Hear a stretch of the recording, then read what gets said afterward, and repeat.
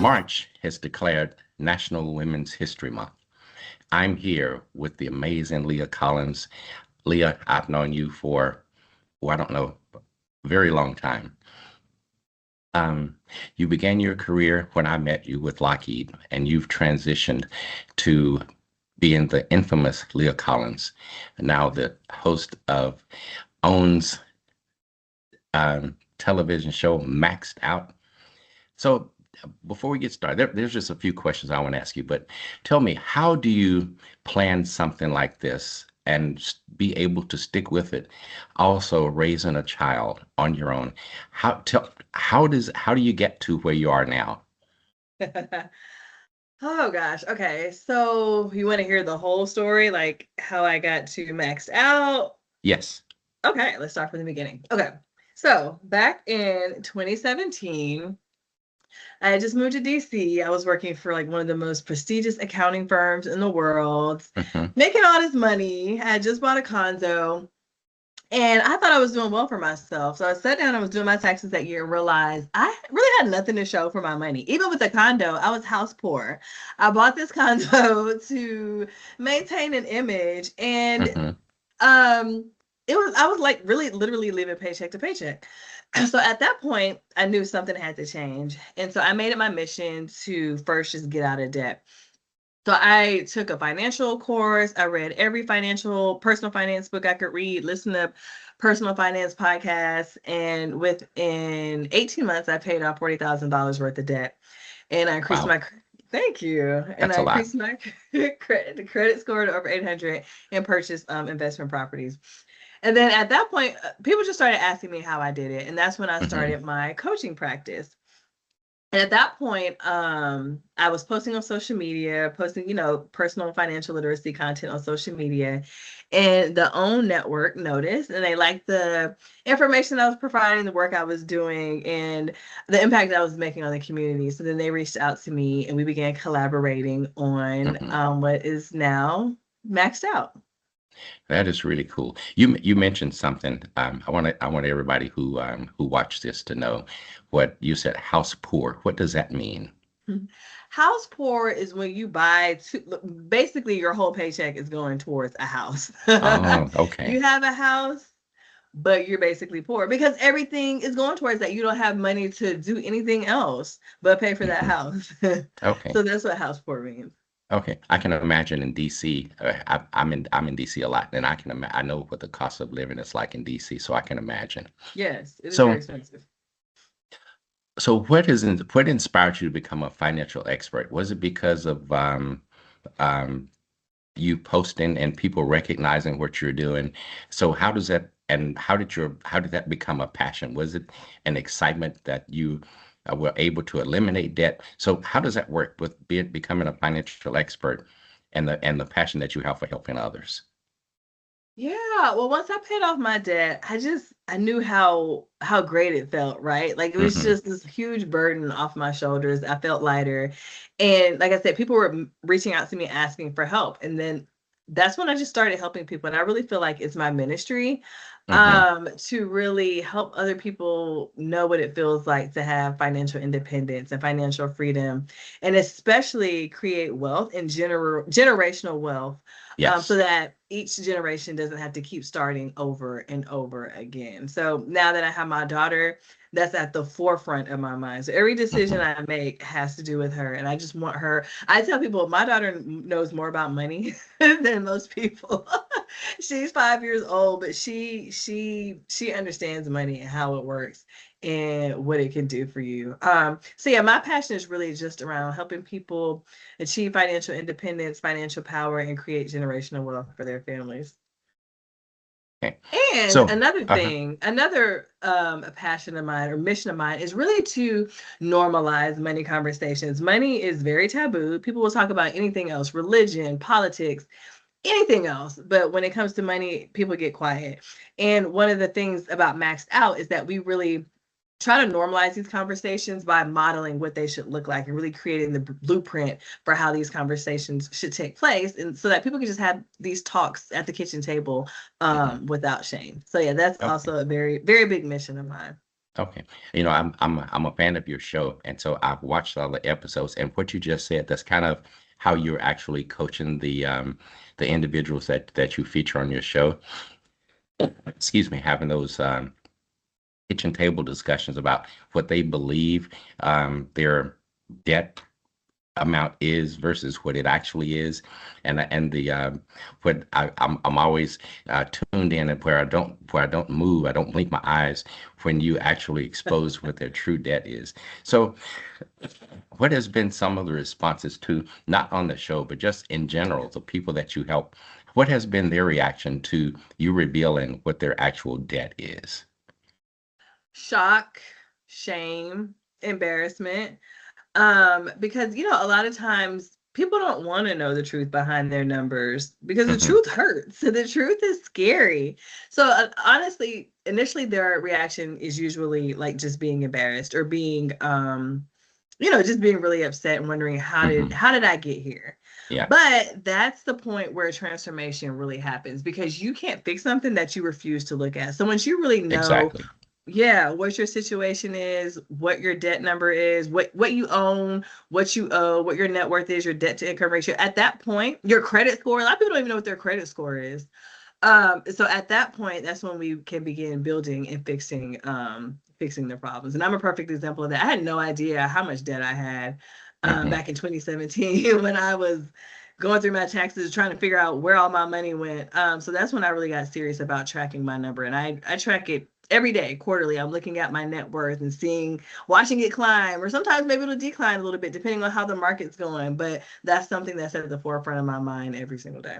Okay. So you said you check it every day. So what's the purpose of checking Well, it? Are you I talking don't check about my net worth investments, or are every you just day. talking about your status as a whole? Well, my status as a whole. Okay. My net worth, I don't look at that every day. Quarterly.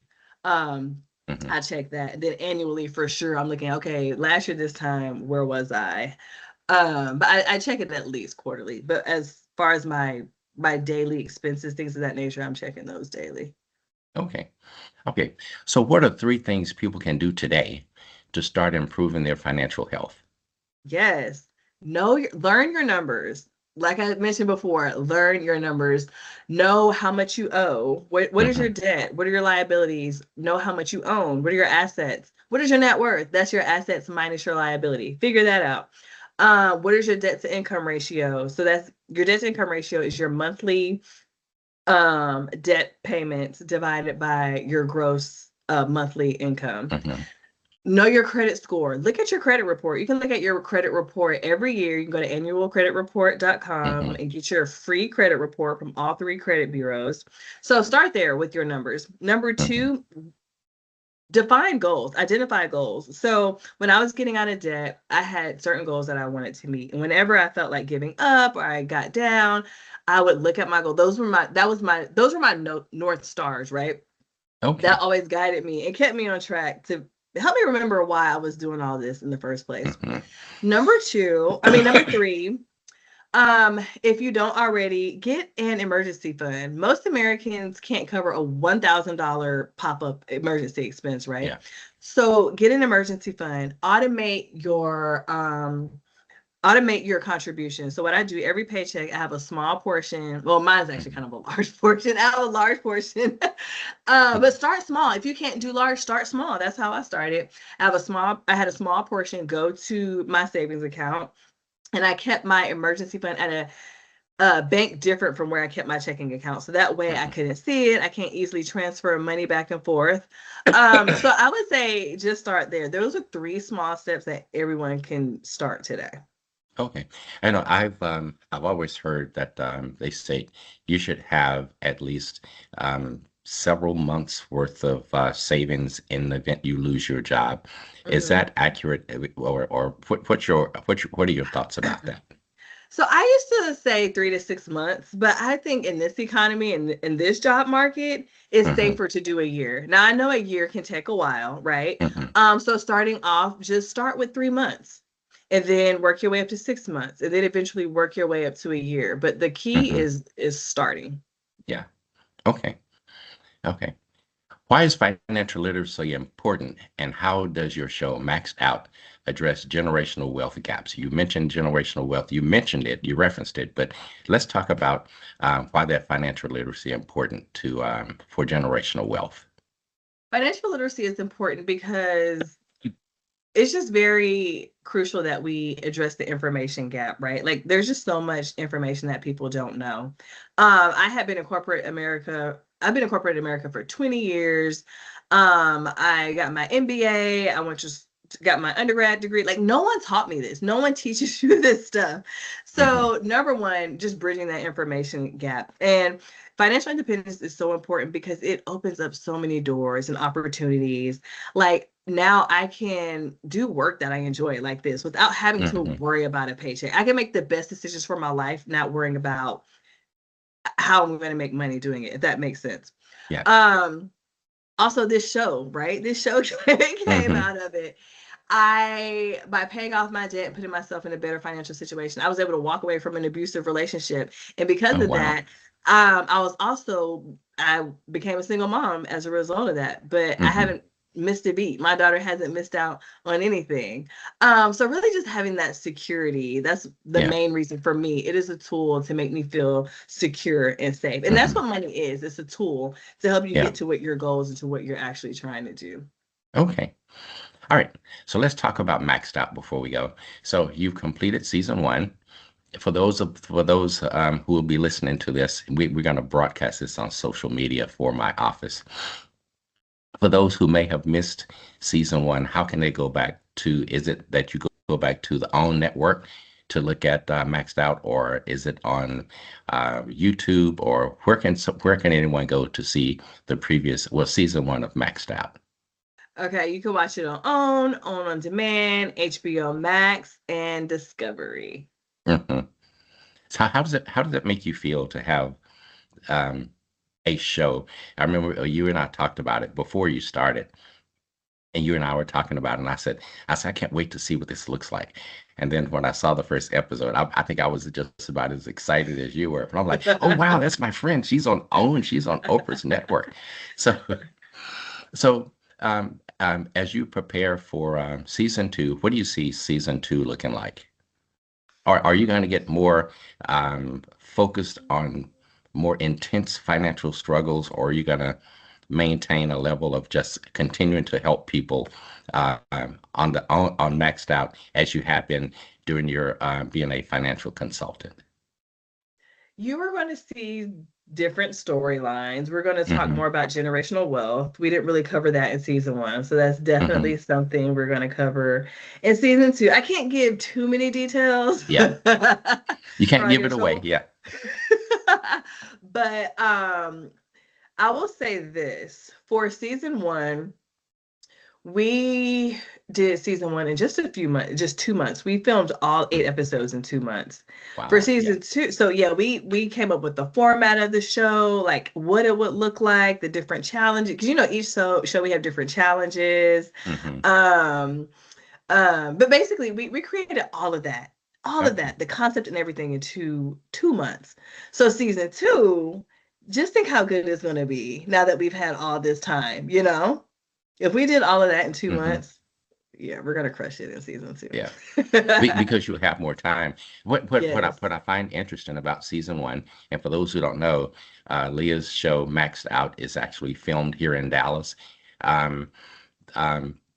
You went across several spectrums in the first season, where it was a single young lady living with her parents, and then you went all the way up to older couples who've been together a while, and then you even crossed over into businesses. And how were you able to did you know that that's what you're going to look for in season one, or you just kind of, because somebody may say the first episode with the young lady, that wouldn't apply that would not apply to them. They wouldn't understand that. Or a business, they may not understand that, but an older couple who's struggling and continue to struggle, and struggling at an older age is certainly not something you want to do financially. How are you able to pull that spectrum together in a short period of time? The honest answer, casting company. That's all in the production company, the network, Hmm. and casting. But we had a great casting company Okay. that was able to pull all of that together for us. But you did touch on something. Some people may not identify, or one episode may not resonate with someone else. Hmm. But that's the great thing about the show is we had a diverse cast. So at some Hmm. point, everyone would be able to see themselves Yeah. on this show. Yeah. I know initially, but before before Maxed Out started, you and I were talking, and I mentioned my son and college students who are coming out of college Yes. looking for jobs, and the cost of living, and kids moving back home because they could not afford to live on their own because the salaries didn't match the cost of living. So in two sentences, what would you tell that generation, the 20, because I think I mentioned 23 to 32 years old. What do you tell that generation on where do you start as an individual while you're still trying to figure yourself out? How do you manage finances at that very financially immature age, I would say, and just kind of like focus? I know there's this exposure, like, okay, it's got one foot in front of the other, but what do you say to that group on how to start getting their finances under control? Yes. Well, first of all, there's nothing wrong with moving in back in with your parents. I did Hmm. it. I moved. I stayed with my parents for about a year after I graduated college, and then I did it again when I moved to DC. I didn't live with my parents, but I Hmm. lived with my aunt for about a year while I saved for a house. Hmm. So right there, there's nothing wrong with doing that. Also, I would say kind of how I mentioned earlier. Well, for one, try not to get the credit cards. I know a lot of people they go off into college and that's Yes. the first thing that they do, right? Hmm. Do not depend on credit cards. Try your best to not rack up credit card debt. Also, you're young, right? So you have Hmm. time on your hands. Start invest, even if it's just a little bit. Just put that away because your future self will thank you so much. And that's one of my biggest regrets. I wish I had stashed away more money when I was Hmm. younger, because you have all that time to get compound interest. Yes. Yes. So that would be that. Those are my biggest pieces of advice. There's nothing wrong with moving in with your parents, but when you move in, have a plan. Okay, save your money because I did not Hmm. do that. I just moved in with my parents, and I was just out here living my best life. Yeah. Like they are today. But Yeah. make sure there's a plan. um Try not to max out those credit cards and really Hmm. focus on building your credit. I remember when I first got out of school, I had a low credit score because I didn't really have any credit, right? So Hmm. I really focused on building that up. So really understand your credit, how your credit score, what comprises your credit score, what that consists of, and stash away, start stashing away money now as soon as possible. That is great. Leah, I want to thank you. I owe you the next time you come to Dallas. I owe you dinner again. But I am so excited for you and your tweet and your TV show Maxed Out on OWN. Um, and we look forward to seeing you on Oprah Winfrey Network with season two. When does season two start? Whenever they decide if it's going to be renewed, we don't know yet if it's going to be renewed. So Okay. hopefully we Okay. find out soon. Okay. Well, I wish you good luck with that. It means a lot. And I tell you, I saw season one and it was just, I'm like, wow, okay, It's I mean, it's good, really right? revealing. But I think in each one of those episodes, any individual should be able to put themselves in the place of some of those instances.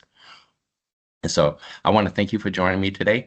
For everybody, I'm John Warren, Dallas County Clerk. This is National Women's Month, and we are here with Leah Collins, my dear friend, the hosting of the TV show Maxed Out. So watch for Oprah Winfrey's Network for season two with Leah Collins. Leah, thank you very much, and I'll be talking to you later. Thank you for having me. Okay, absolutely. Thank you very much.